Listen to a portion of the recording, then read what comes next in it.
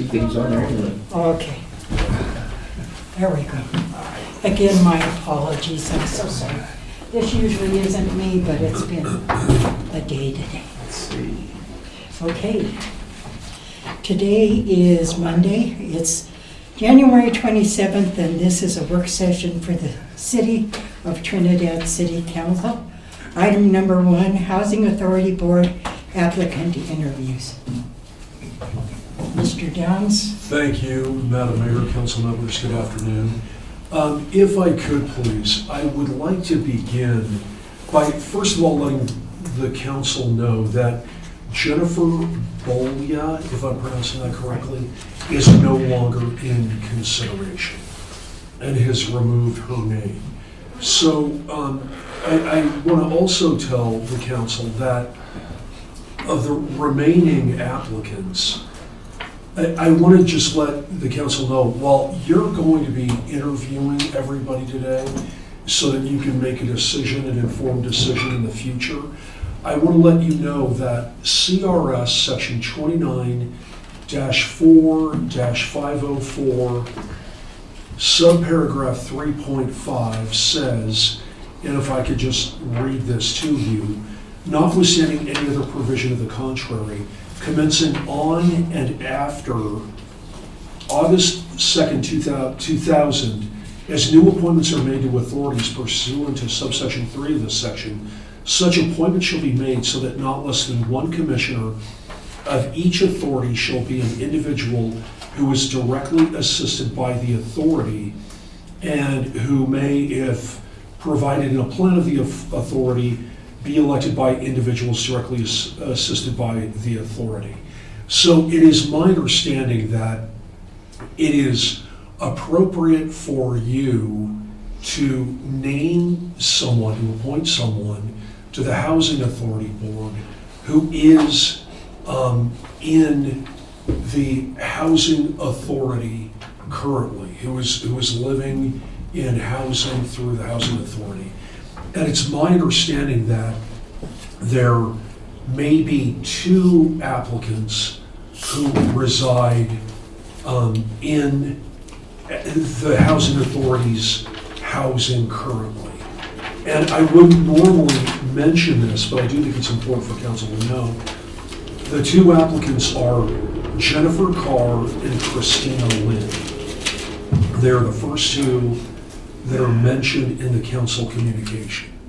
So my point is that when you do decide in the future, I think that Jennifer Carr or Christina Lynn, one or both, should be one of the people you appoint to the board. Madam Mayor. Madam Mayor? Yes. Can I ask a question? Yes. Where do we get the limit of 5 people that we're appointing? Is that an ordinance, or is that something, because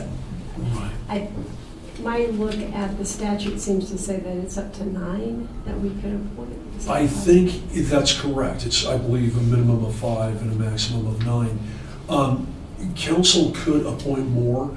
I just think that would be a decision that you would want to come to and discuss separately and be, an item of business at a regular meeting. Okay. I think 5 was what we defaulted to simply because it can be hard to get people to apply for boards, especially a board like this.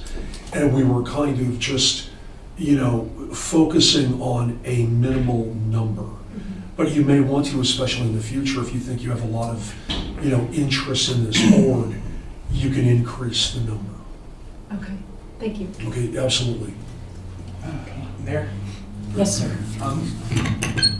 Mr. Downs, in the interest of dispelling any conjecture, would you mind expanding on what you mentioned? You said a board like this? Well, a board that has a lot to do, that has a lot of authority and very important decisions to make. I'm sorry, that was pretty cavalier in my wording, but also that has a tremendous amount of responsibility in terms, but that's what I meant. I suspected that wasn't. Yeah, I just wanted yeah. to Good clarification. Thank you for having me clarify what I meant by that. All right. So going forward, Yes, now I would recommend to council also that while the interviews are going on, the applicants who are not being interviewed should probably wait in the hallway so that they don't hear the questions. I mean, I hate to do that to No. everyone, but no, I think that's unfair, because they'll be able to prep ahead of time where the first Right. applicant does not. What is council's, I agree. That's good. anybody have an objection to that? Would they be in the building or are they just gonna be outside? yeah, there would be They're right gonna be out right here. outside. Okay. We'll just close the door like we Okay. do for executive sessions. And if anyone comes up, we'll try to make sure they know that it's an open meeting. We just don't want people to hear what's going on in here. So would it be appropriate if we ask those who are interviewed first do not speak with the other Yes. applicants as well? Yes, ma'am. Not that this is a high-paying job, Right. but, you know. Right. All right. We do appreciate the interest though. Yes, absolutely. Okay, good. Right. Oh, first. Yeah, we have one online, Okay, one applicant, and maybe that individual can go first. So we could Yes. just do that. okay, the first applicant we're gonna interview is Cynthia Crane. Those of you that have applied, there's vending machines on the first floor. Thank you very much. Thank you. We'll see you in a minute. I'll go anywhere. What did you say? Yeah, exactly. Is it where's the wet bar? Yeah. There is no wet bar.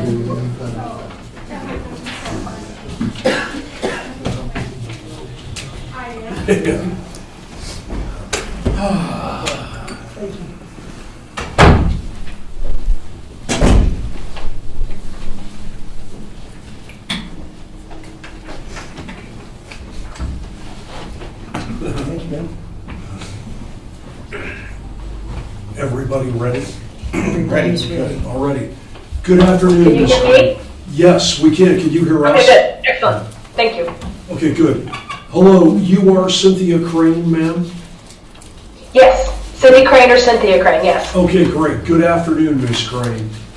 Yeah, So, ma'am, by way of introduction, I'm Les Downs. I'm the city attorney, and we have all of city council here except for Councilman Trujillo, just so you know.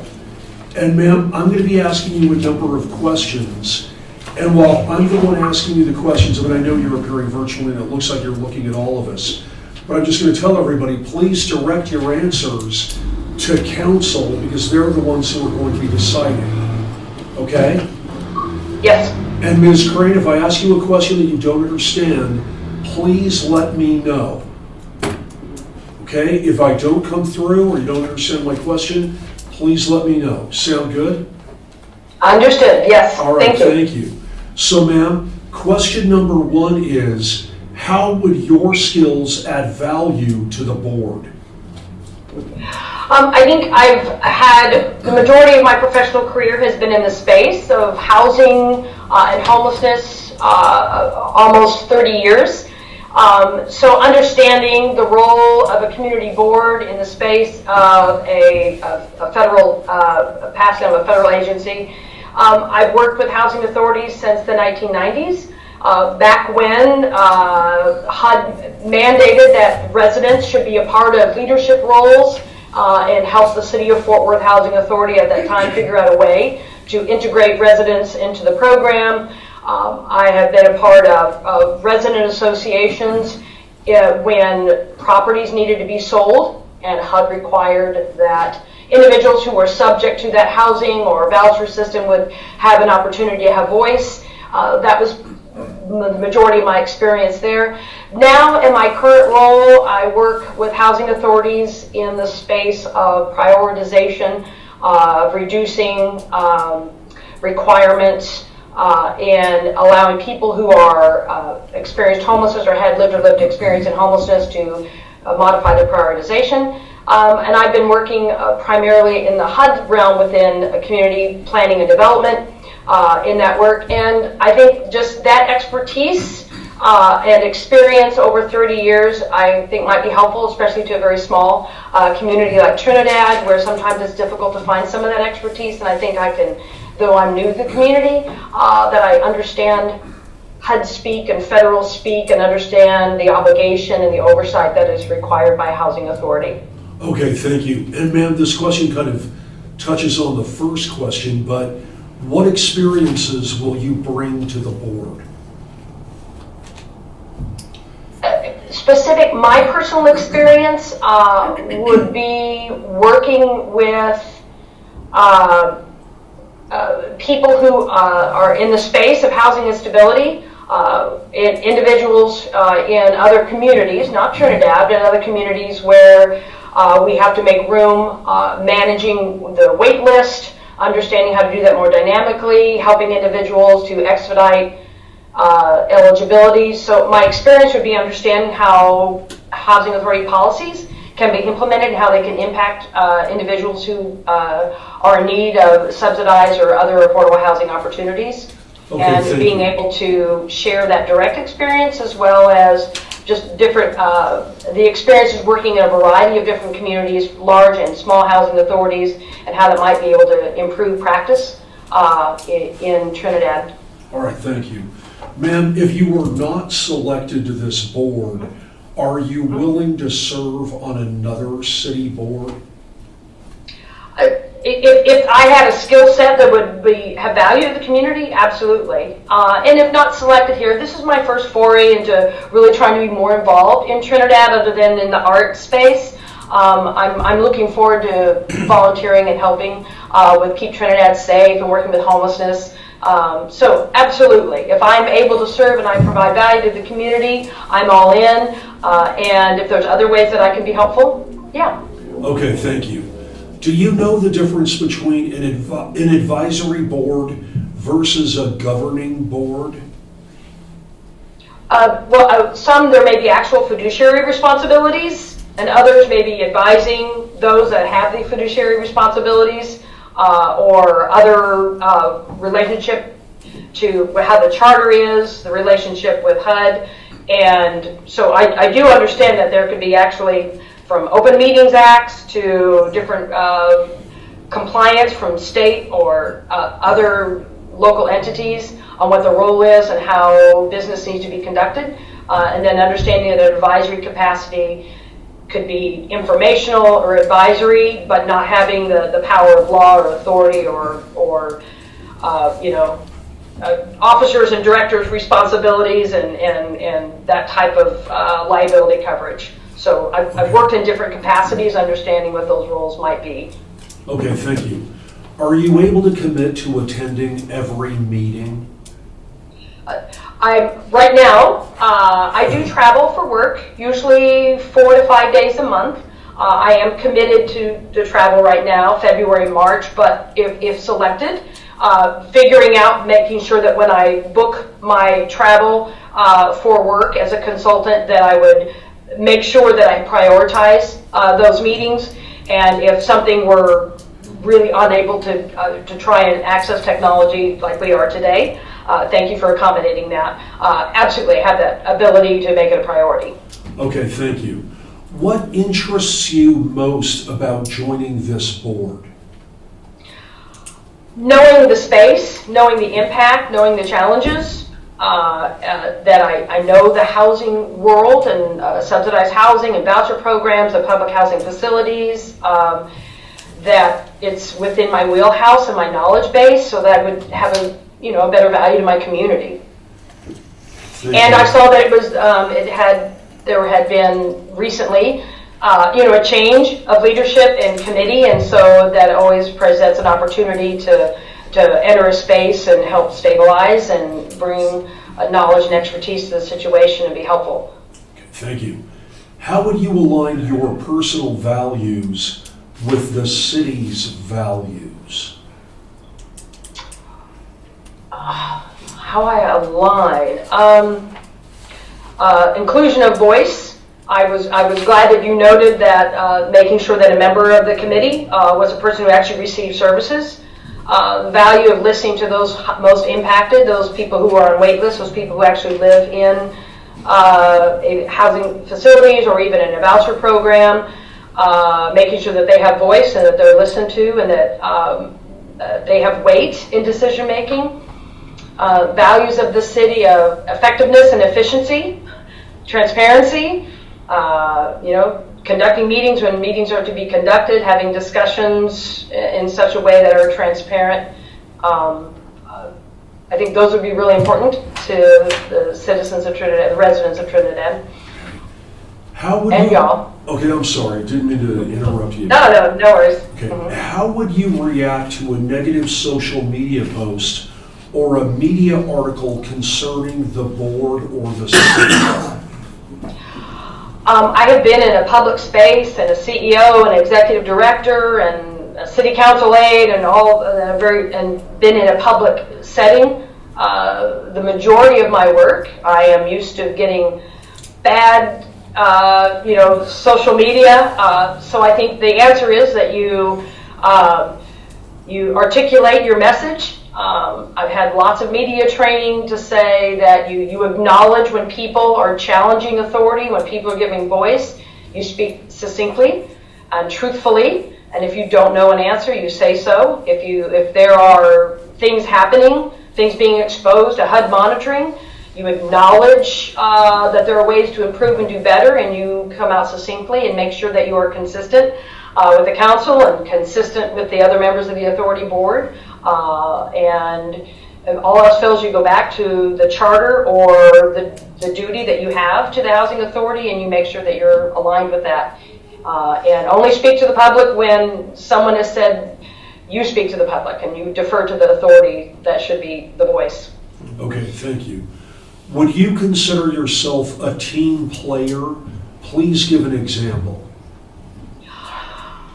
Almost in all my work, I just got off the internet with a committee of providers, including Shelter Plus Care and housing authorities in Missouri, and we're all trying to decide on a tool that everyone will be evaluated on. And even though as a consultant I knew the HUD mandates and requirements, I had to listen back and forth and give and take. And we came up with some compromises on a scoring tool, and what was potentially going to be a contentious meeting went quite smoothly. I was able to facilitate that and understand, I never thought of it that way from your provider perspective. And I think that part of being a team player is, none of us are really experts. We're really practitioners in the space of housing and homelessness and helping others. And I think being a team player is just acknowledging different voices and knowing that sometimes compromise is really the art craft of serving in an advisory capacity or serving a community board. How does this position fit in with your other responsibilities? As a consultant, I have the capacity to navigate my time, and I have an interest. I've been, visiting Trinidad since 2007, and I've watched some of the changes and looked at some of the housing and understanding, like all communities, housing is reaching crisis levels in some communities, and that's kind of the majority of my professional passion, and being able to take that and then work in a community and just putting on my love of community hat on.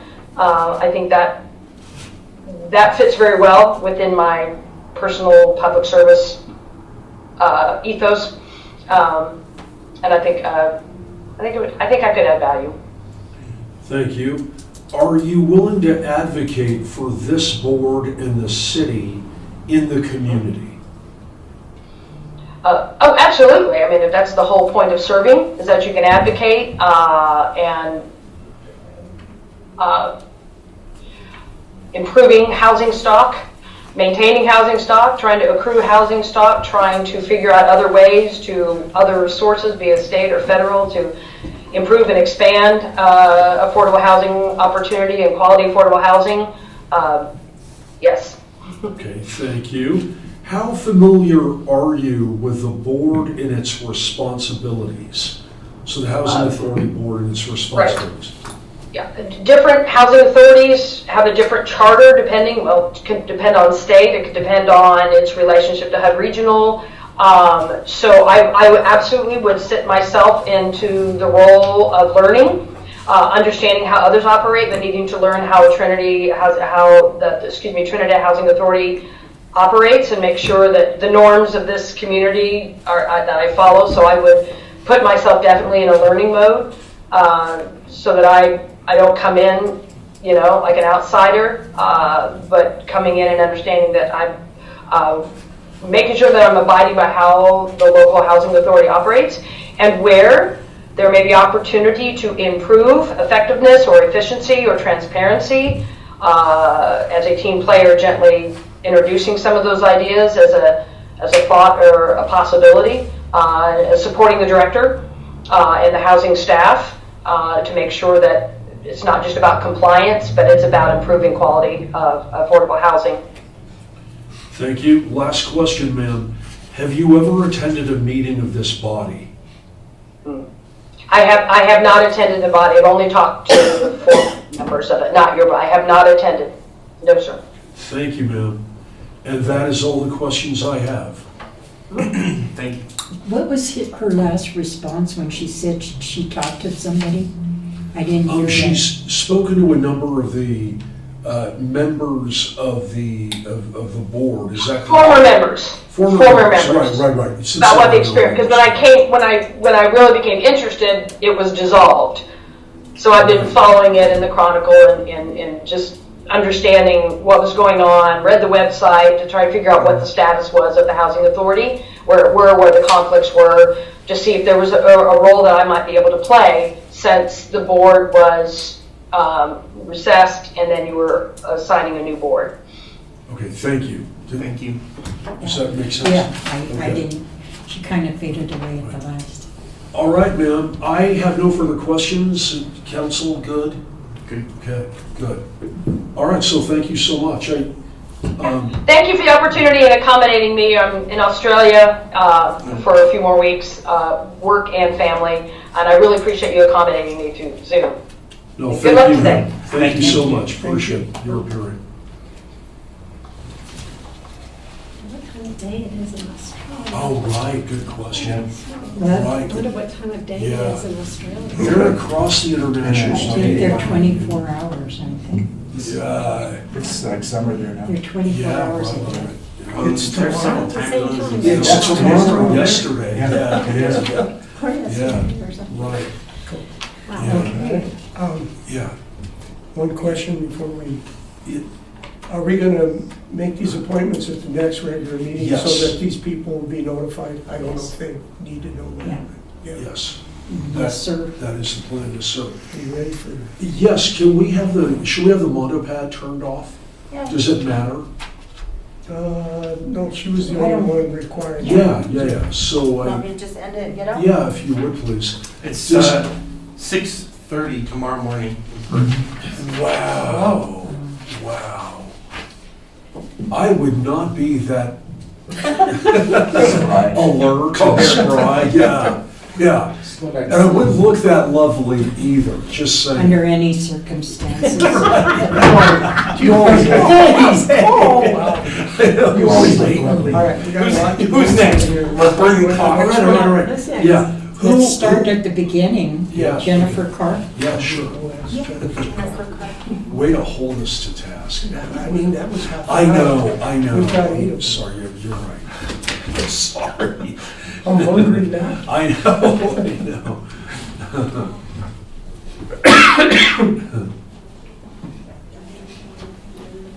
She's a resident, correct? Yes, I believe so. I'm going to ask, though, to make sure. Good afternoon, ma'am. How do you do, everybody? Good, how are you today? I'm very well. thank you. Good. You are Jennifer Carr? I am Jennifer Carr. I'm 61 years old. I'm retired. I live alone in public housing up on 2nd Street. Okay, thank you, ma'am. And Ms. Carr, I'm going to ask you a number of questions. Of course. But please, if you would, your answers are going to council. okay? Understood. I'm just the Look this way. question asking guy, and they're the ones that your answers are going to go to. So if I could please begin, question number 1 is, How would your skills add value to the board? I'm a team player. I've done 30 years in cooking, 15 years in butchery. I'm retired and I have time now, but I've been on a team all my life. Many teams in a row. I've always had to adjust. That's my strength, is that I'm a team player. I play well with others. And I've always had to adjust my expectations to what the team needs. Okay, thank you. What experiences will you bring to this board? Just the same, I have worked very hard and always been able to find and hold jobs, and I'm a listener, and I have a good vocabulary. Thank you. If you are not selected to this board that you are applying to, would you be willing to serve on another board? I don't know. This is something that does concern me. I've never been in anything approaching a board. So I thought that I might be able to bring something to this because I'm experiencing it, but I'm not sure if I would be of any use other than this. Okay. Appreciate that answer. Do you know the difference between an advisory board versus a governing board? Imagine one makes decisions that they're not held down, whereas a government board would make decisions that are more hard. Thank you, ma'am. If you were selected, are you able to commit to attending every meeting of this board? Yes. There are no impediments whatsoever for that. Thank you. What interests you most about joining this board? Being positive and influence, and to keep my brain active. I'm 61, so after retirement last year, it wouldn't hurt at all for me to be able to do something new that I've never experienced before. Okay, thank you. How would you align your personal values with the city's values? Well, I have old-fashioned values, and I feel that also I'm flexible. I would need to know the city's values, which I don't. I've been here for 3 years. I'm from South Carolina, so I don't really know the city's values. Understood. Thank you. How would you react to a negative social media post or a media article concerning the board or the city? I don't pay much attention to social media. Good for you. I'm sorry, I'm not supposed to. I'm on Facebook Messenger for my son, but that's it. It doesn't. Nice. Okay. Okay, all right, thank you, ma'am. Would you consider yourself, I think you've touched on this, but would you consider yourself a team player? Please give an example. When I worked for Ruby Tuesday back south, I learned the culture to the extent that they made me a store opener. And I went to Montgomery, and as far as I'm from South Carolina, but I went to several store openings, which is an important thing to be able to do, to be able to teach people and be open to all sorts of different situations. So I think that's my experience as being a team player. I had to be. Okay, thank you. How does this position fit in with your other responsibilities? I just don't have any. Another really good answer. Okay. It's me and my little dog, and we have an awesome place up there on 2nd Street. the housing has been, the housing authority has been very good to me. I've gotten along with them just fine. But if I needed something, they always take care of it. And I just hang out with my dog. So do I. My dog, not yours. I understand that. Right. I understood that. Ma'am, are you willing to advocate for the board in the city, in the community? Yes, you just point me. Because, like I said, this would be entirely new for me. Okay. Thank you. How familiar are you with this board and its responsibilities? I am not. Okay. Have you ever attended, this is the last question, have you ever attended a meeting of this body? This one? Of this body, the Trinidad Housing Authority? No. Okay. All right, ma'am. Thank you. Thank you. Thank you very much. Have a great day. My pleasure.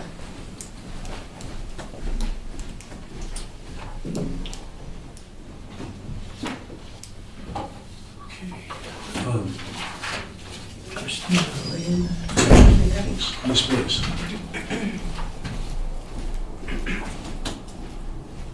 It's always an interesting process. Yeah. Yeah. You meet wonderful people.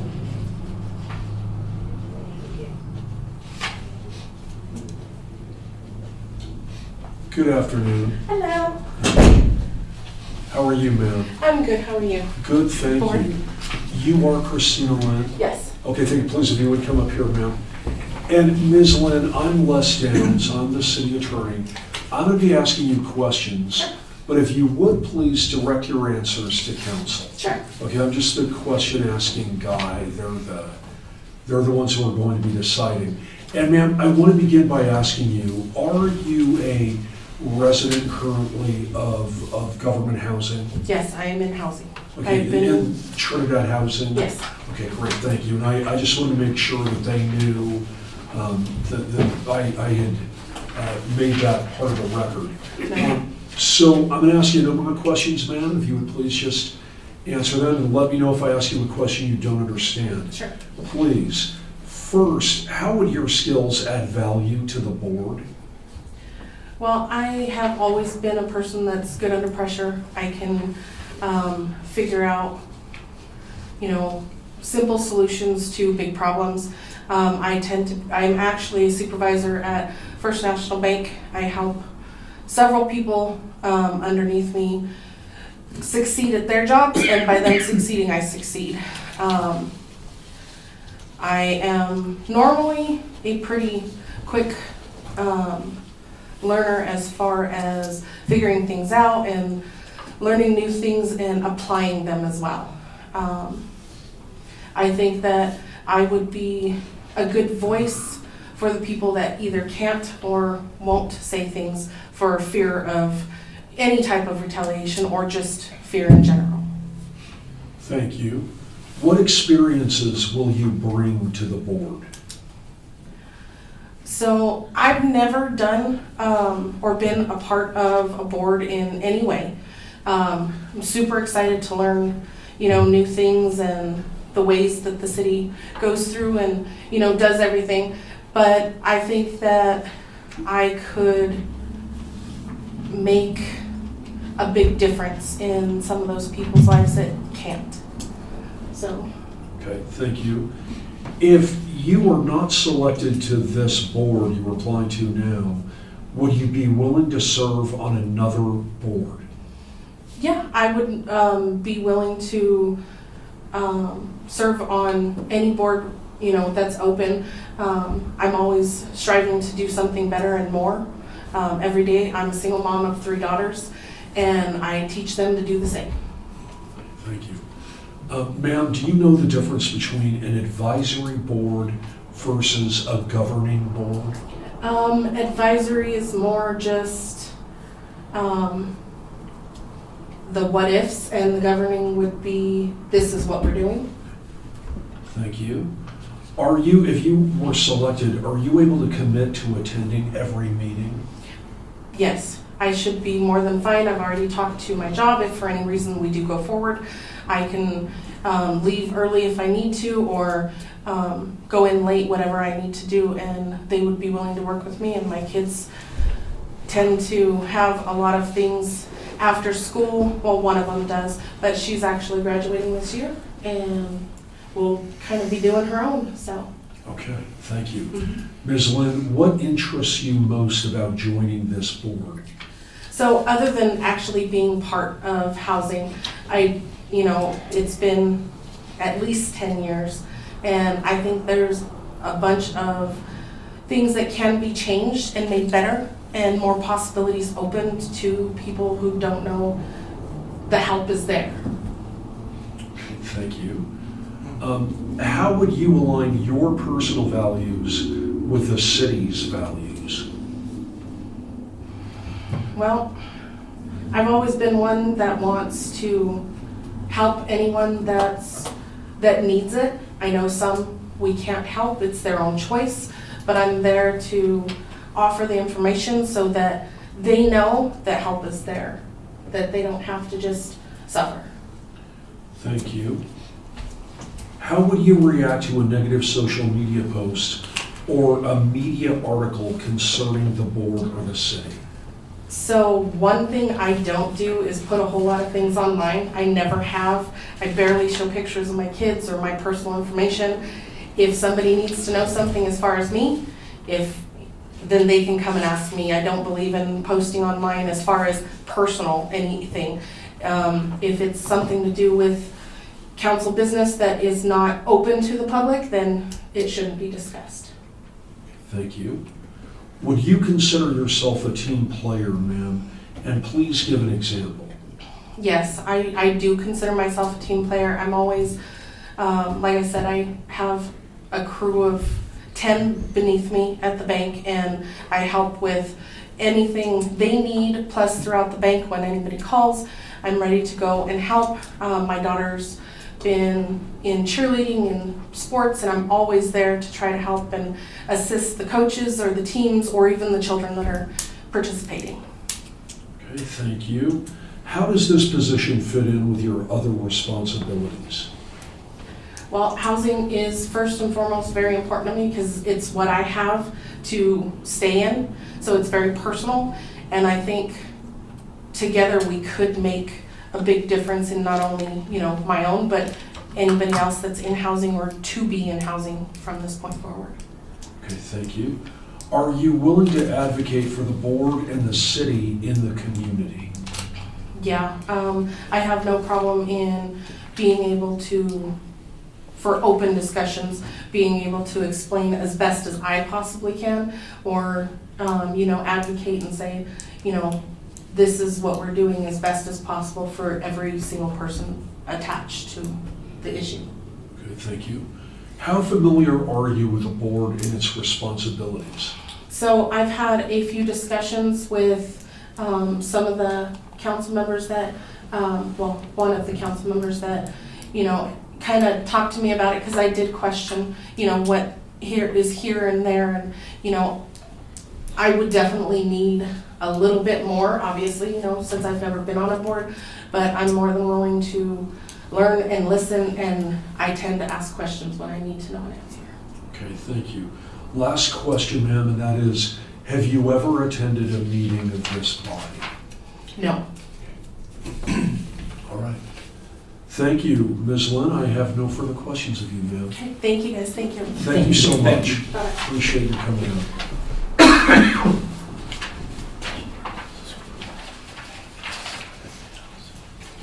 I think it's moving a lot faster. Okay, sorry. Okay, and the next one is Pam Espinoza, I believe. Yes.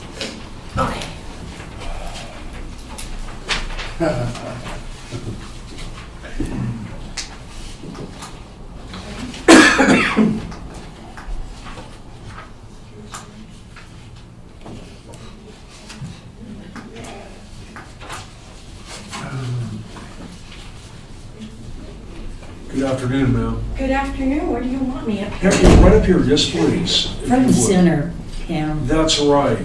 That's right, under the I can bright barely lights. see over the podium. I think You you're can down lower lower. that. No, I'm One some more. good. Can everybody hear me okay? Oh, Yes, yeah, yes, good. yes. Thank you. And ma'am, I know you know me. I Yes. know you, but I'm going to be asking you questions. Okay. And I would ask, please, that you direct your answers to council. Certainly. I'm just the question-asking guy, and so if you would please direct your That's a answers. new part of Les's job description, question asking guy. Exactly, that's right. That's what I mean. Very technical. Right, that's right. So to begin, Ms. Espinoza, would you please tell council how would your skills add value to this board, to the Trinidad Housing Authority? Okay, the skills that I believe that I have that would, thank you for the question, that I believe would add value to the Trinidad Housing Authority Board are twofold. First of all, I have a working knowledge of statutory law. I think that whenever you are part of a board, you have to look at how that board was created, under what statutes, under what rule, under what regulation give the board its authority. And then you have to see what that authority says about what the board should do. What is its mission? How is it expected to accomplish that mission? What are the requirements to the public? How do you maintain transparency? How do you maintain accountability to those constituents that have a vested interest in what the board does?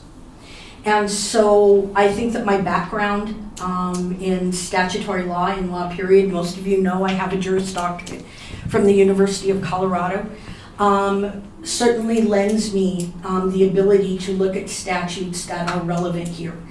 The second skill that I have that brings value to this board is that I am currently the chair of a state statutory board.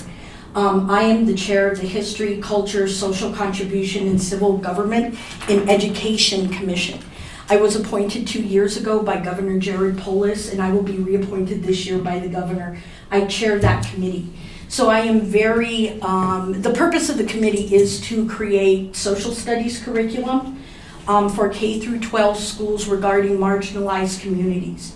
And so because we are a statutory board that was created by the Colorado legislature, we are required to run our meetings in accordance with Colorado's open meeting laws. And so I am very familiar about what they refer to as Colorado's Sunshine Law and the notice that we have to have and the role that visitors and guests and people who want to address the board take. And I am very familiar with when you can be in meetings with someone and when it is just simply conversation and what sort of notice and documents that we have to collect and we have to make note of whenever we meet for purposes other than that. So I think that with regard to the Trinidad Housing Authority Board, I think that those are two things that are really necessary on this board to set it on the right track. You have to know what track you're going down and you have to know how you're getting there in order to be sure that you're able to accomplish what the board needs to do. And so I think those are two of the most important skills that I have that would benefit the board. Thank you, ma'am. Question 2, what experiences will you bring to this board? The two experiences that I think are most relevant is that one, although I rarely talk about this public, I'm currently an Adult Protective Services caseworker for the Los Animas County Department of Human Services. So I deal every single day with at-risk adults who are unable to provide for their basic needs in our community. And I can tell you that one of the biggest issues that at-risk adults have in this community is housing. And it is almost overarching in everything else they do. Maybe because that is truly a basic need. And so I understand what their issues are. Not only the issues for the individuals that need housing, but the individuals for the people who house them. And what is required of landlords and what is required of the housing authority. I probably call the housing authority on an average of 5 or 6 times a week, simply to work with somebody who either needs housing or to try to work through an issue that somebody may have with their housing. So I'm very familiar with housing authority issues here in Trinidad because of the population that I work with in my day job, so to speak. The other issue is that I'm a native. I was born and raised here, and I know the community. And I think that the community needs some investment in providing housing for this population. I think it's really easy to say because Trinidad is idyllic. It is a great place to be, and the bottom line is we still have problems, and the unhoused are a problem. And how we responsibly and compassionately address that issue is something that we as a community should be working together with. And so I think that having someone who is so invested in this community, I left and I went to school for 7 years and I came back and I raised my daughter here. And I've invested in the community here. In short, I'm not going anywhere. And I think it's important to have that kind of investment who sees Trinidad with all of its beauty and all of its faults and still wants to make things better. Thank you, ma'am. Ms. Espinoza, if you were not selected to the board you were applying to, would you be willing to serve on another municipal board? Absolutely. One of the things that I've started looking at is where my interests are within the community. And up until November of this past year, my interests were kind of focused on one thing. And from that experience, I have found the need to reach out in other ways in my community and to find other ways to serve my community that are not so narrowly bounded by the one thing that I spend a lot of time doing outside of the office. And I have a need right now to look at the values that tie us all together as a responsible, humane, compassionate community, and to look at the values of how to address the community and to serve in that way rather than with just one narrow focus. Thank you. Do you know the difference between an advisory board versus a governing board? Yes, I do. Yeah. As a lawyer, I'm sure. Yes, I I'm just do. a little, did I mention I'm the question asking guy? Yeah. So go ahead, ma'am, please give your answer on that. Do you want to give us an example or just tell council, please, what the difference is between an advisory board versus a governing board, if you would? So at the risk of embarrassing my parents publicly with the money that they spent on my education, my understanding and recollection is that a governing board actually makes policy and that you actually decide what policy should be made and you vote on it and you get constituent input. And an advisory board is a board that can make recommendations based upon a closer view of issues to the governing board as to what laws, regulations, rules that they should make. You don't have to listen to your advisory boards. It probably is a good idea if you do. But that is my understanding of the difference. You represent your parents well, ma'am. That's good. I'll let Mom know. Yeah. Are you able, if you're selected, are you able to commit to attending every meeting? Yes. I will tell you this as boards that I serve on. What's the point of being on a board if you're not going to try to attend every single meeting? I mean, I'll be honest with you, I get sick like everyone else. And there's times when there might be family issues that would come up, but my expectation is that I would attend every meeting, that I would do whatever preparation was necessary to come to the meeting prepared and fully apprised of what issues need to be discussed. Okay, thank you. What interests you most about joining this board? I think it goes back to just dealing with the problem of the unhoused. You know, and this isn't just an issue that we look at the Department of Human Services. I mean, it's an issue that you see on social media. It's an issue that you see in the newspaper as to how do we best work with and deal with the unhoused in Trinidad. And how do you address their needs? And I think probably it's been at least 2 years that people have been having this discussion. We just got over a cold snap. I can tell you there were times it was uncomfortable in my house with the heat on, let alone if you were out there in the cold. I can tell you there are individuals from the SARS cold snap who suffered catastrophic injuries as a result of frostbite.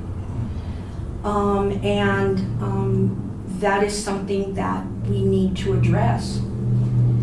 And with all due respect to the previous board, with all due respect to council, the vehicle by which we do that is broken, and we need to fix it. Because there are individuals that need this. And I can tell you that when the housing authority said, we're not taking any more applications, there was panic among people.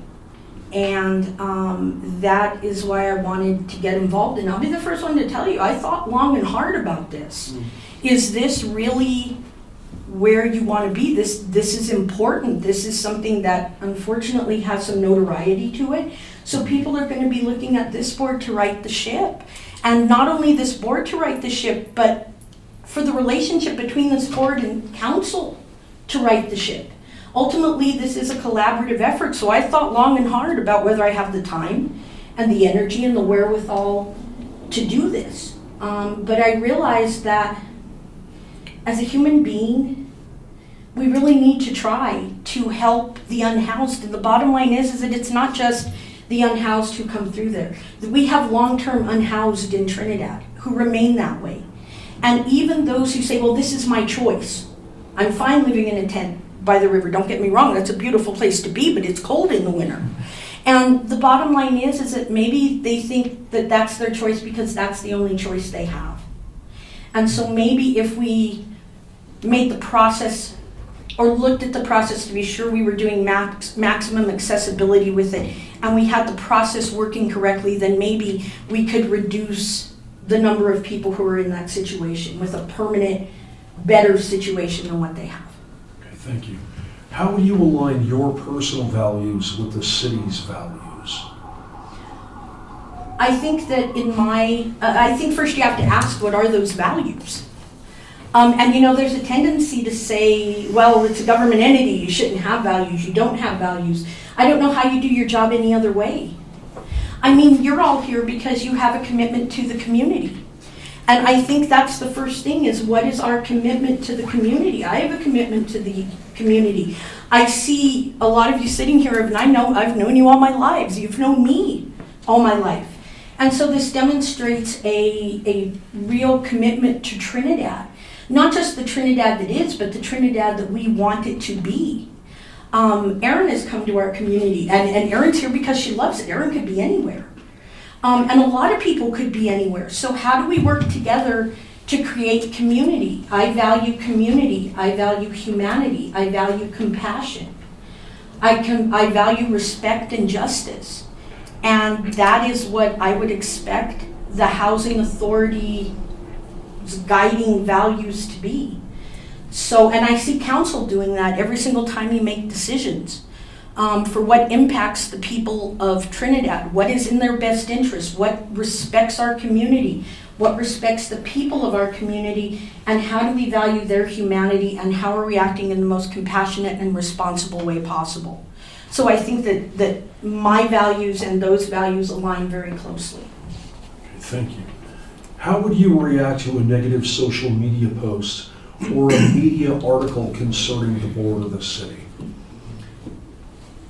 So first of all, it's important on social media to be clear when you're on there about what you are and what you are not. When I comment on social media, because I'm active on social media, I make it very clear, this is Pam Espinoza commenting. This is not Pam Espinoza, chair of this. This is not Pam Espinoza, chair of that. I make it very clear who I speak on behalf of and who I don't. So that's the first thing. The second thing is that I know that the board and I know that council has protocol. And so you look at what is your protocol. And I think that if you don't know what the protocol is, then you remain silent. Because rarely is, this is my opinion, you may differ with it, rarely can those sorts of back and forth responses on social media ever come to any good. If there is a legitimate question, I think that board members should look at what's on social media and address it with the board and say, hey, we have a misconception, or hey, we have a negative situation. How best is it to address it? But I firmly believe that no member of the board should address an issue on their own in social media. I think you let it go. You find out whether or not it's something that should be addressed, Because you can't address every complaint on social media, that's just not possible. You'll spend 24/7, I'm telling you something you know.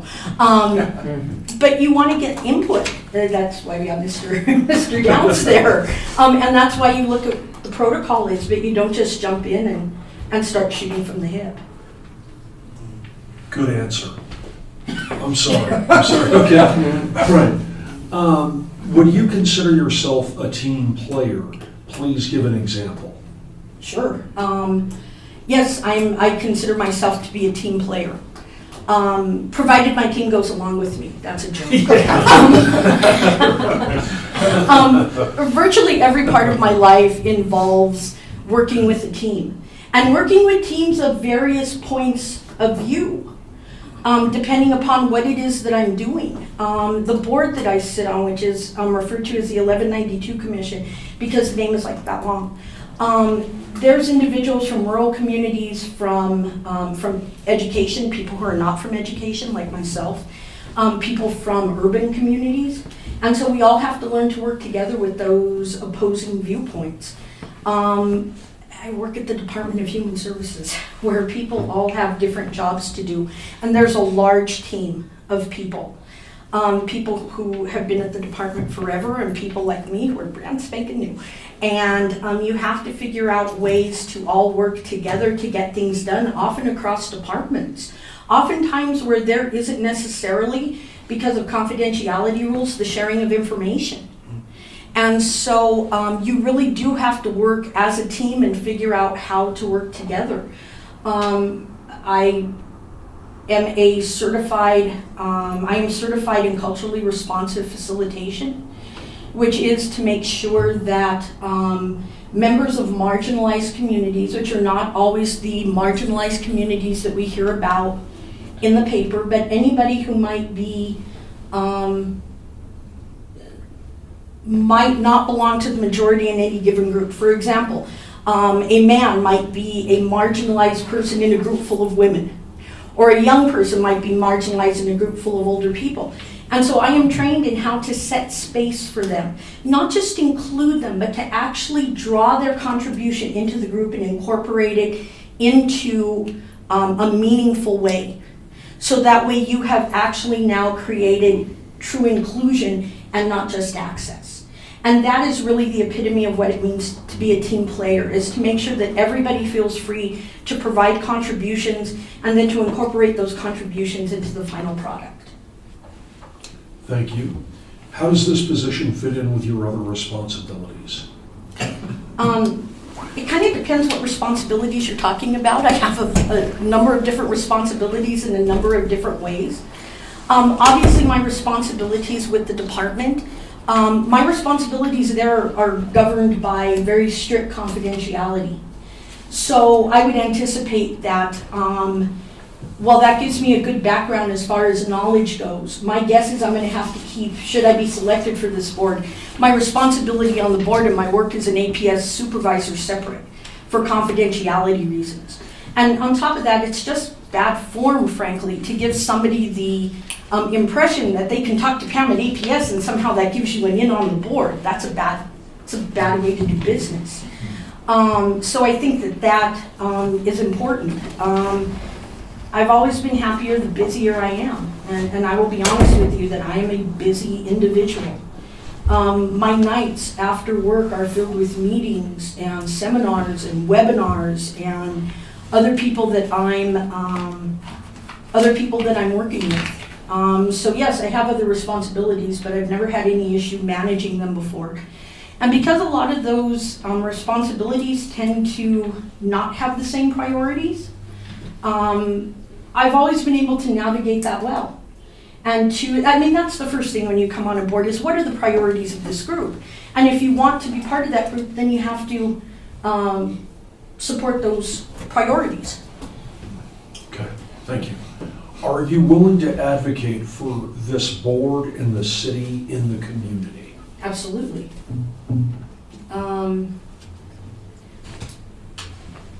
Trinidad is a small community. I mean, truly we're a gem. And the bottom line is there's still people who think that the state map ends at Pueblo. And they do that in terms of the legislation that they make, and they do that in terms of the dollars that filter here. And the community has challenges. We have an aging population. We have a poor population. And it's important for people to know that they have the board, the Housing Authority Board, and they have City Council to discuss their issues with and to bring their issues before council and to say, these are my concerns. And so I think it's important for people on boards to say, look, you have an outlet, you have a vehicle by which to address something that's wrong. Whether that's an issue with the utilities department, or whether that's a housing issue, or whether that's some type of a home rule issue. But I don't think that Trinidad functions without a vibrant council, and that vibrancy should extend to the boards that are under your purview. And I think that would be the only way to be part of that board, is to advocate for that board. Because I'm sure you all understand this, there is a lot of misinformation in the community about what the boards, what council, what the commissioners, what people do. And I think it's important that people understand the truth. You have to pick your venue. You don't want to be flying off on Facebook about this. Oh, here, let me go in Trinidad Chatter and talk about what's going on with the board, You have to be choosy about that. You have to be, frankly, conservative, meaning, err on the side of caution and not do that. But yes, I'm absolutely prepared to do that. I think that's part of the important purpose of the board, is to get people more involved, to hear from people. I mean, we're here because of the community. We have to hear from them. We have to know what they're thinking. We're their board. How familiar are you with this board and its responsibilities? I was somewhat familiar when I worked for the department, so I understood what the general responsibilities were. But my work was mainly with the staff, and there's a separation between the two. It might not be a great separation, but there is a separation. Of course, I've read the issues that have been in the media, that have been on social media about the problems with the board. Frankly, a lot of folks in town always thought of the board as somewhat insular. It's the same people doing the same thing all the time. And then, there was the negative press that it got.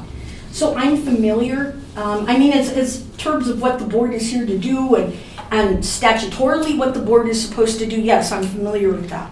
In a general sense, not having seen the charter, not having seen bylaws or really read up on the statute as of yet, looked at its processes, things like that, because I think that's what you do once you're on the board. But do I know about what the Housing Authority Board does? Yes. Do I understand the interplay between what the Housing Authority is supposed to do in the community? Yes. That's something I'm familiar with. Last question, have you ever attended a meeting of this body? Of council or the... Of the Trinidad Housing Authority? No, I have not ever attended a Housing Authority Board meeting. Okay. Thank you, ma'am. Thank you. Very much. We appreciate it. Thank you. Thank you. Thanks, Ben. You're welcome. Thank you very much. Next. This is I know. By the way, before February 4th, would you like an executive session Yes. on this? Yes. Good. I was going to suggest that. Yes, we would. Good. yes. Good. That would be a good thing, I think. Yeah, this is a fun process. I think I'm gonna give up my seat on council. Some of these people are- That's good. So I guess I'm stand Yes, ma'am, please. That was funny. Good afternoon. That's good. Yeah. Good afternoon, everybody. Good afternoon, Good ma'am. afternoon. You are Ms. Cremars? Yes. Okay, and ma'am, if I could please, I'm going to be asking you a number of questions, and if you would please direct your answers to council. Okay. They're the decision makers, I'm just the question asking guy, Okay. okay?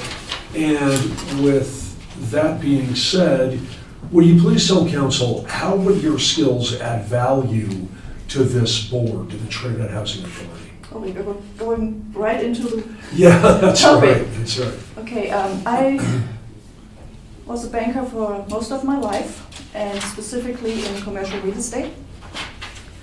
Multifamily projects included that. So I have a vast experience in financing commercial real estate projects. I could bring that expertise to the table. I have experience with bank financing, HUD financing, Fannie Mae, Freddie Mac financing. All of that could play into helping if you have a housing stock and you need to renovate it, or want to add properties to it, to find financing mechanisms that could help do that. In addition, I spend a lot of time analyzing financial statements, budgets, following budgets for all the projects that I financed. I can help with the financial side, the accounting side, bring my expertise there to help budgeting based on historic performance and looking into future performance of the housing stock. I have experience in renewable energy. I can look into elements of how you can bring costs down. If you have to replace a water heater, for example, what options are out there to bring the cost down for the tenant? Yeah, that sums it up on my technical experience. Good, thank you, ma'am. What experiences will you bring to the board? Some of these questions kind of overlap, but what experiences will you bring to this board? Since we talked about my business history, let's bring up, I was at the board of the economic development when it still had an active board. Spent there several years. At the end, I was the treasurer. Yeah, that was interesting. I looked at the bylaws, and I don't think anybody else did that, because I found out that the property, any revenues from the lease or sale of a property in the industrial park would have to go back to marketing the industrial park and not be used for funding other expenses that the ED office had. So that was a violation of the bylaws, and I found that out. That goes back to accounting expertise and being really diligent with those things. After that, I went on the other board, the Chamber of Commerce. Chamber of Commerce. Right. Yeah, that's where Yeah. you were at the same time. Exactly, that's right. Yes, Yeah. exactly. I spent 2 years, I think, at that board. So I have some experience as to how boards are run, what they should do, what they should look for. Yep. Okay, thank you. Ma'am, if you are not selected to this board that you were applying to, would you be willing to serve on another municipal board? Depends, yeah. Okay. It always depends what board it is and if my expertise, if I can bring in my expertise. But I would be interested, yes. Okay, thank you. Do you know the difference between an advisory board versus a governing board?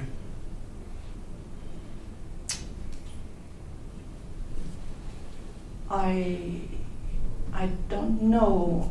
Shooting from the hip, I would say an advisory board is a lower level than a governing board, and the authorities you have and the responsibilities you have with the governing board is probably a whole nother level. Okay, thank you. Ma'am, if selected, are you able to commit to attending every meeting? Yes. Okay. That couldn't have been more direct. Thank you. More brief. Direct answers. Yeah, that's right, that's right. What interests you most about joining this board? I think I can bring a lot to the table to improve, I hope, how the board, or how the the property management is done, because I have seen so much and I can maybe look at things and say, how can we try it this way or this way, instead of going the old way, which didn't produce the results everybody was looking for. I really would like to get my hands dirty in looking through everything and see where I can bring my expertise to the table to help for the residents to maybe bring down their costs, maybe get financing going where we can expand the housing portfolio to help more people. I don't know what the status is, if we need more, but I guess in the current environment where home prices are so high, rents are so high, there's probably a big need for more, helping more people. And I would love to do that, and with my expertise, try to help people to access housing and access good housing, and maybe help bring costs down. Thank you. How would you align your personal values with the city's values? Wow.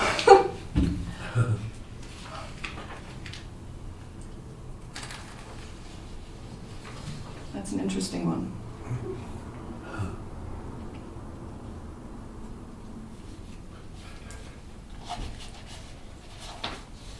Can we put that to the end? Sure.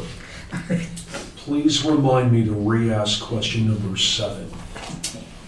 If you're a member of this board, how would you react to a negative social media post or a media article concerning this board or the city? I would like to be able to respond to it and state the facts. Okay. Thank you. Because I think if you work with integrity and put your best foot forward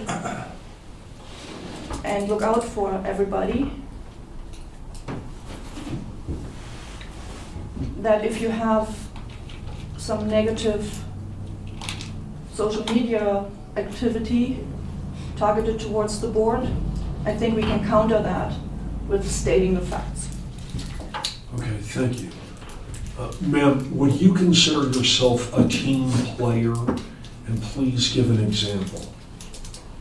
I consider myself a team player because nobody can operate in a vacuum, and you need to bring different opinions to the table to come to the best outcome.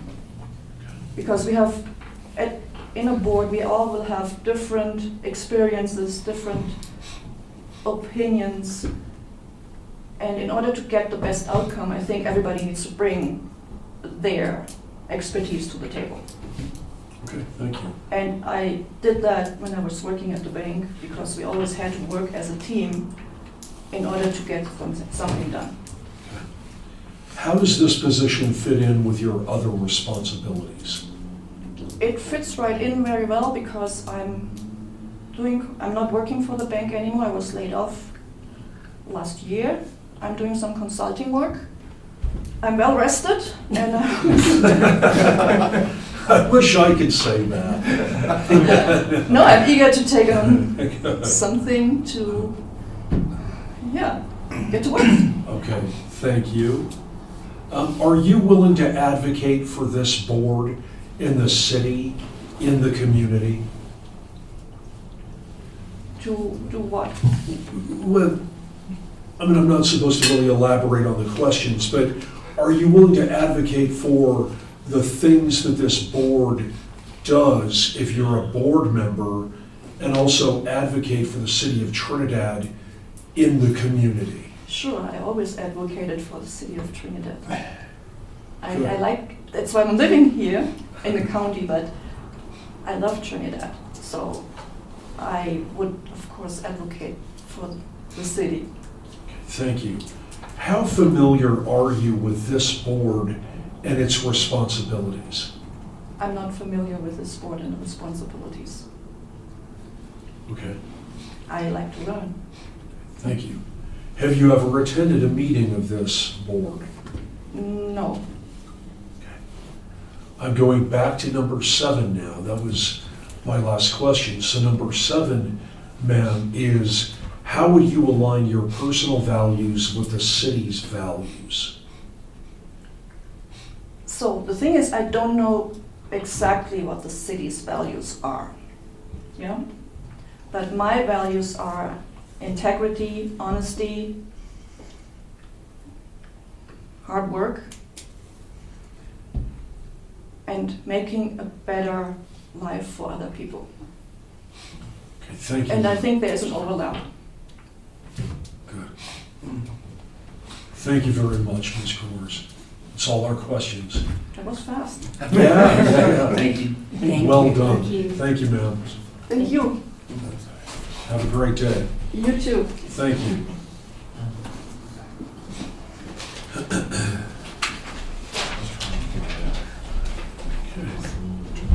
Michael Aragon is next. This is really going to be a tough decision for you guys. I said 2 more. 2 more, yes, sir. I know I would like to petition the presiding officer for a bathroom break at the conclusion. Okay, I agree. after Mr. Aragon. We could do the next 2, if that's okay. Okay. Is everybody okay with that? Yeah. Good afternoon, sir. Yes, sir. Please. That raises if you want. Yeah, you can. There's some buttons on the side. Pam was there, so we lowered it, so you can. Oh, I'm Yeah, good. that's right. Good. Good afternoon, sir. Good afternoon. You are, I believe, Michael Aragon. I am. Okay, good. Mr. Aragon, I'm going to ask you a number of questions, sir. And while I'm the person asking you questions, if you would please give your answers to council, because of course they're the decision maker on this. So with that having been said, let me begin by asking you, how would your skills add value to this board? Well, I think, the important piece, first and foremost, if I can address this piece, is that I just want to clarify for council that, of course, I am Councilman Truhill's spouse, and so I want to make that public and known so that there's no confusion or concern regarding that. I think in regards to skill set, I could speak to the human service side, but Pam really has part of that piece covered for me. I think from my perspective, it comes from both that, but it also comes from an economic development standpoint. That's something that I've done for years and years and years, and one of those big issues is not just accessible housing, but affordable housing. It's a matter of quality of life within a community and offering a level of comfort for those that are in need of those types of services to allow them to flourish and to prosper. I think from a DHS perspective, we see a lot of folks get into services. Our job is, as DHS to me, is temporary services to help those folks through tough times, to get them back on their feet, to empower them to move on and become productive members of our society and our culture here. And so these types of services, as in the housing, is a much needed relief for some of these folks. Some of us are, we don't realize, just a stone throw away from becoming unhoused ourselves. And I think this morning was quite interesting that when I opened the newspaper, there was an article that was talking about the homeless concerns in the unhoused population within communities, and specifically its impact on child welfare services. A lot of times from a DHS standpoint, when we're talking about child protective services, it's really difficult for us to reunify kids or youth with their parents when their parents don't have accessible or affordable housing. Oftentimes those kids are in foster care, and when we can't reunify those youth back into the home, then the question becomes, what do we do with them? Do we leave them in foster care? The trauma on a youth that's placed in a foster home is significantly higher than if we can get them back or keep them with the parent. And I will say that in the 5 years I've been with DHS, I have seen many a time where a parent was unfortunately on a waiting list to get into housing, and so it was really difficult for us to return that youth back to their home and to their parent. That starts a whole other ball of wax with adoptions and allocation of parental rights and guardianships that really we as an agency try to avoid. Our job is to put those kids back in the home with the parents and to elevate those parents out of wherever they're at. So I think this type of service with housing is a significant impact on a community's well-being and also its health as a society. Okay, thank you. What experiences will you bring to this board? I guess there's two perspectives. One is as a board member. I've served on several boards in my lifetime. Been employed by many organizations that required a board of directors. So I'm well versed in those types of roles and that professional level that a board, especially an advisory board. This is a board that really is put in a position to authorize financial decisions with federal funding that needs to be monitored very closely. It has to be appropriate and transparent. I think that's one of the biggest challenges for any board is to remain as transparent with the fiscal responsibilities of an organization. I think also that understanding how boards work, how they can function together, how they can disagree and agree together, and how to navigate some of those difficult conversations that have to happen. I think the other skill set as a director, as a manager, as a supervisor for many years is also how do you support the staff that are doing the work on the ground floor. We're a board. We're not in the trenches every day. But we need to be cognizant of what those folks are encountering all the time. How are they interacting with the clients that they're serving? Is the customer service level, is it adequate? Is it appropriate? There are a lot of rules governing housing authorities on a federal level with HUD. So we have to make sure we meet all those mandates as well. Thank you. If you were not selected to the board that you were applying for, would you be willing to serve on another municipal board? That's a tough question. I think, I would say yes and no. I would say yes because if it's truly needed, absolutely. But I think when you serve on any board, you have to have somewhat of a passion for that specific board or for that organization. I think sometimes just putting the butts in the seat is not always the best option. I've seen that from an employment standpoint, I've seen that from a board standpoint. So we want to be really cautious about whether or not moving to another board appointment would be appropriate, because I want to make sure that it had an impact. I don't want to be the hindrance for not moving forward. Okay, thank you. Do you know the difference between an advisory board versus a governing board? I do. Yes. An advisory board is realistically there to help guide and maintain the status of the organization based on either federal, state, or local level government. There might be some financial decision-making appropriate with that, but really as a governing board, you are the responsible party to every action that takes place within that organization and whether or not that organization thrives. From a governing standpoint, it's just as much work. I think an advisory board is a little bit even more difficult to navigate because you don't necessarily have all of the same authority. The council is the governing board over the authority. We are simply there to help advise the staff and get them on track to be compliant. Okay, thank you. Are you able to commit to attending every meeting? Oh, yes. Thank you. What interests you most about joining this board? I guess because I've worked with housing so in depth over the last 5 years with DHS, I've seen the need. We live directly across the street from two housing units, and we've seen the coming and going of folks. But I've also seen some that have been in there for decades, not years, not months, decades. And the question really becomes why? Why are we not elevating these people to be self-sufficient? Why are we not elevating them to move forward and come out of that? Because that also allows us then to meet the need of those who aren't in that position. We have folks that are struggling now and we can't get them into housing at all. Some of them are on a wait list for months, if not years. So it's a question of why. Thank you. How would you align your personal values with the city's values? I guess my question would be, what are the city's values? Good question. Yeah, you got to do your best with that question, please. I think values are pretty universal, right? I think the city thrives to be transparent, have integrity, be honest, be diligent in its approach to how it does business. And I think that any board or commission that represents the city needs to have the same aligned values and core strengths. Okay, thank you. How would you react to a negative social media post or media article concerning the board or the city? Well, I've never had any of those in my day. I don't know what you're talking about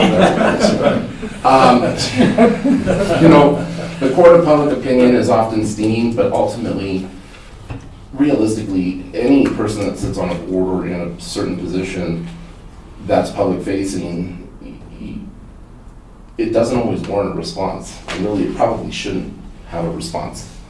That's really up to a discussion between your legal, your public relations, and also your governing board, whether something needs to be addressed. But social media is freedom of speech. They can drag your name to the mud all you want. Realistically, you have to adhere to what you were assigned or asked to do, and that's maintain professionalism. Good answer. I'll quit saying that. I'm sorry. Would you consider yourself a team player? Would you please give an example? Yes.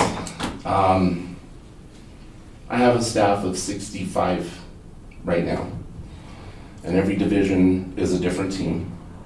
And I have to navigate each of those teams because every personality is different within each of those teams. So to be a team player is to ebb and flow, to understand that there are times to disagree, there are times to agree, there are times to have honest discussions and not be afraid to have them. Because ultimately in the end the goal is to everybody move together in a forward motion. And when a team does not have that forward motion together, then something's wrong, and you have to reassess that team. Thank you. Are you willing to advocate for the board and for the city in the community? Oh, absolutely. Again, I feel like that's what I do every day for the entire county, in fact, and for the state. Right now, one of my biggest concerns at a county level that impacts our city is we're in a funding crisis, and not at the county level, but at the state level. Our child care assistance program is on the chopping block right now. Our allocation amount that we get from the state and the feds has been set, but unfortunately due to some audit findings at the state level, the increase in cost will cripple this program across all 64 counties. We are potentially looking at having to close down child care providers in the future because we won't be able to afford as a county to keep that program up and running. And so that means Cobb's Early Learning Center within the next 5 to 10 years could be out of business if we can't figure this out. So advocacy is something I do all the time, every day, at the federal level, at the state level, and at the local level. So I have no issue with that. Okay, thank you. How familiar are you with the Trinidad Housing Authority and its responsibilities? Quite, because I work very closely with Melissa and her team at Housing Authority.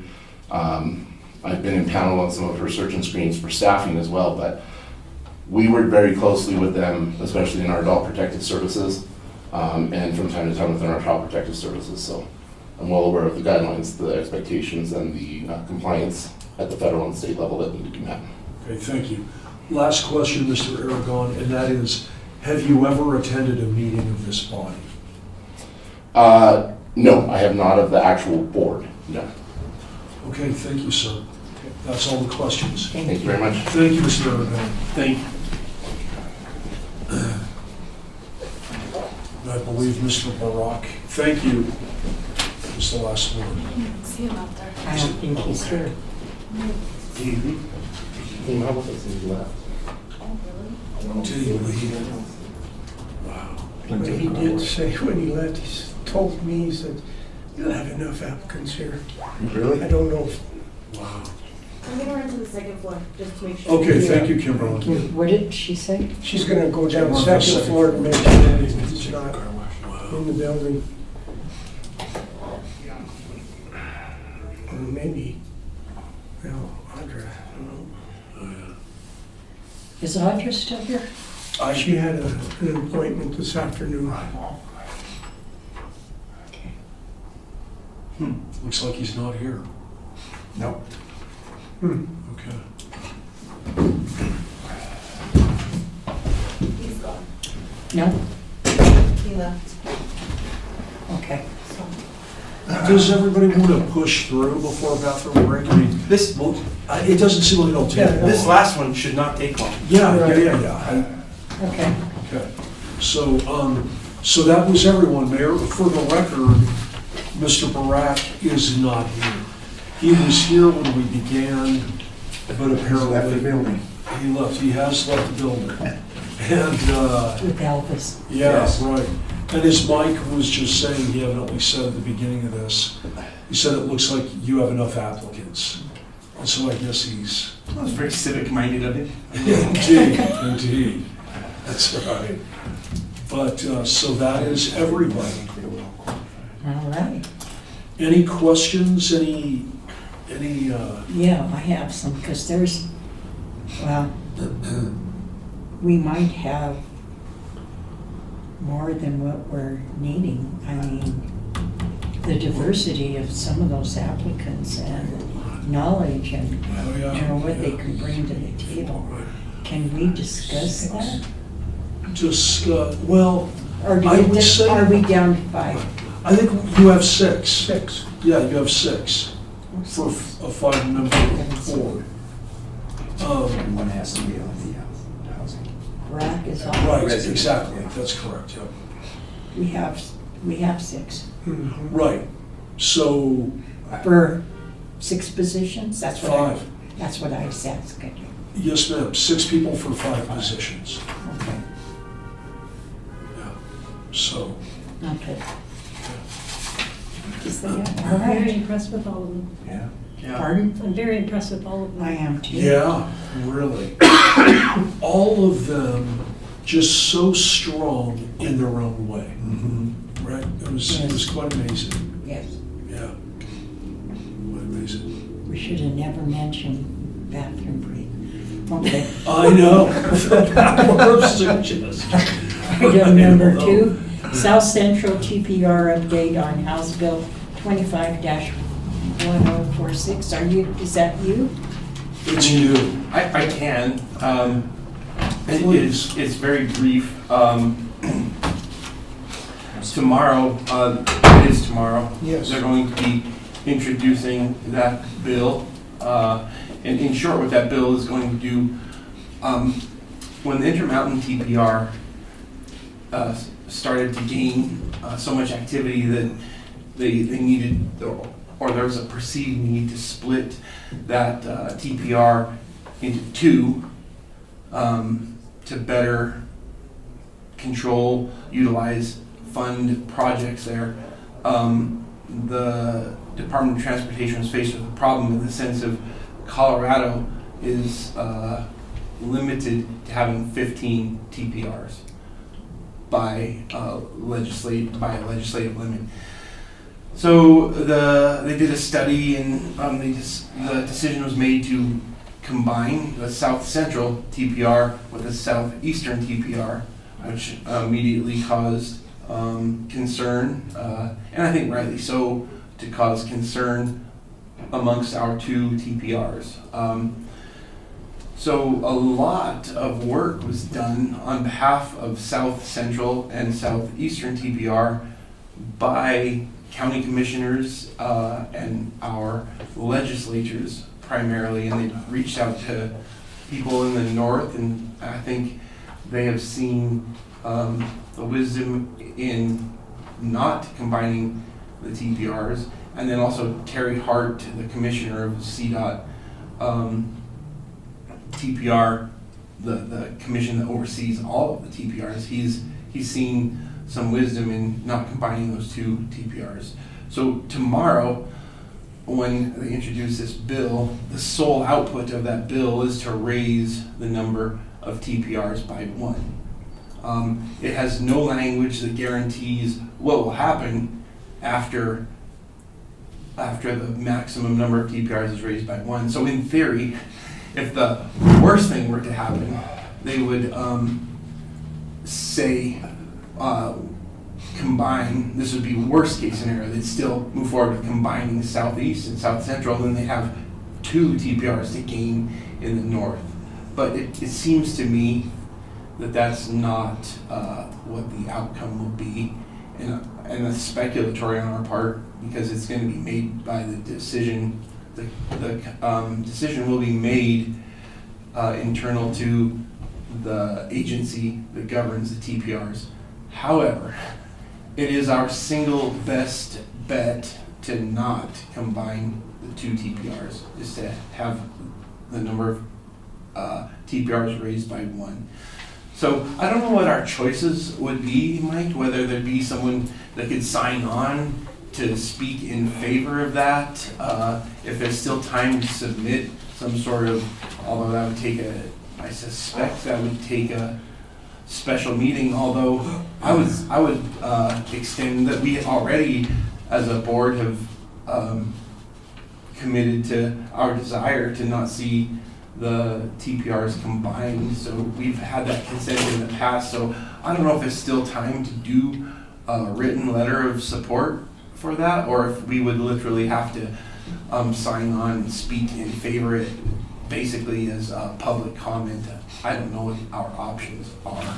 I have an idea. Will you be able to call in tomorrow to testify? I probably would be able to, yeah. Because 3 of us are going to be in Alamosa. Well, I was going to speak to you about that. I had jury duty, but it was canceled. So I was going to speak to you about. Oh, so you potentially, yeah. You can come. I would like to. Well, I think, I just thought I'm in your role as vice mayor or mayor pro tem, that you would call on behalf of council, but maybe somebody else could. I don't mind doing that. I mean, I think it's that important. How are we going to do it when we're on the highway? How phones work on a highway. Sometimes. Well, I think you have to log in. But you have to, that's probably off a. Yeah, I think you do have to log in and be present. If I trust our delegation that's going to Alamosa to bring back a report. So if it's admissible to the rest of council, I'd be willing to log in for public comment and do that.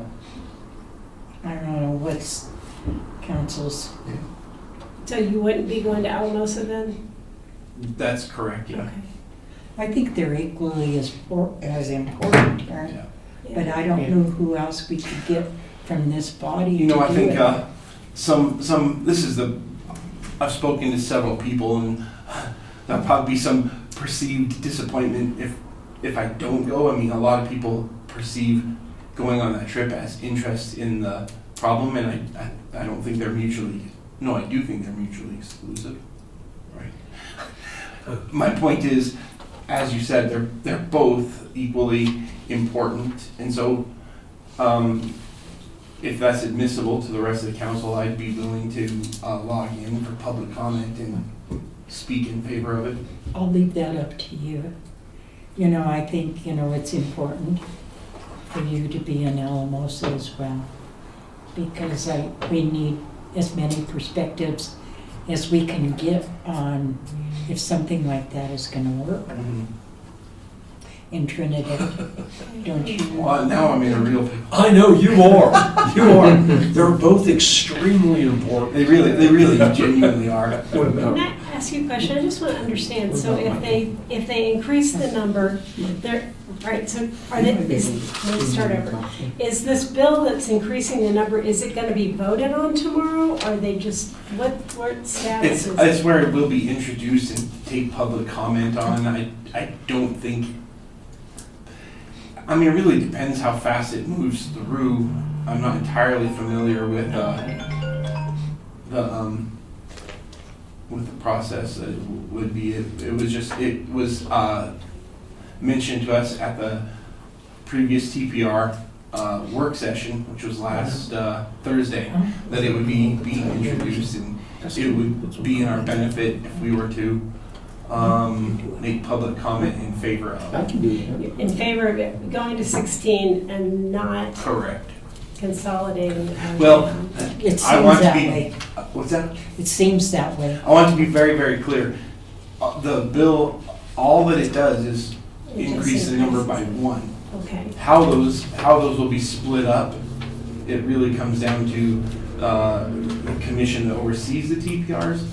All indications are that it would be to split the Intermountain and make 2 if they can have an additional TPR. If they can have an additional TPR, it's a foregone conclusion that we would be combining the South Central and Southeastern, which will cause us a lot of hardship, to be honest. Is anyone from the south, what is it called, the southeast?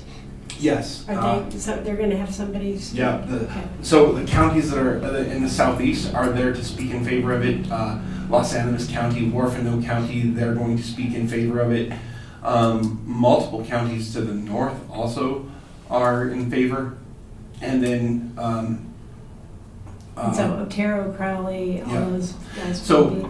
And then members of STAC, that's the group that oversees the entire state agency of the TPR, they're also going to speak in favor. Okay. So, I mean, it seems well supported, but we just don't want it to go awry. Is it possible that Mike could read a statement that you wrote? Yeah, entirely possible, yeah. Yeah, I could do that. okay, Yep. please. Because I think it's important then Aaron goes and sees this. Okay, yeah. Are we good? I can get you a statement. Perfect. That was a Perfect. work I session. think, as you state, I don't know, I provided a couple maps of what they're trying to do. And, you can see the Intermountain here. As it exists now, they want to split that and combine all of this Eastern Plains with us. And yeah, I agree. That's Yeah, the competition of dollars would just be. right. And then even planning is so, the disparity between the two terrains is extreme. I mean, you have a lot of secondary highways, secondary and tertiary highways to the east, Mm-hmm. and they would have equal competition with a primary entry to the state. And I mean, Right. it'd be very, very difficult to allocate dollars and come up with a viable 10-year and 15-year plan. It's already difficult enough with the geographic boundaries that we have. Right. Well, just the area of the 2 TPRs are enormous compared to what, I mean, if they're talking about Yeah. usage, in order to get to the Intermountain TPR, you have to come through us, most of it. Right.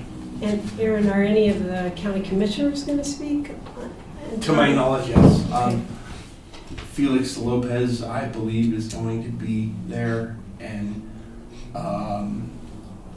I know for certain he said he would be. So, Okay. Okay. and Commissioner Haas potentially, but I have not spoken to him. I think it would be, whatever you feel more comfortable with. If Mike will do it, I think it's important that you go, Okay. because you're buying lunch. Oh, I wasn't aware of that. Suddenly I feel very committed to lobbying over this. That's right, yeah. I just want to make sure I convey council's wishes, so if you give me a statement, or Yeah. I can do that. Okay.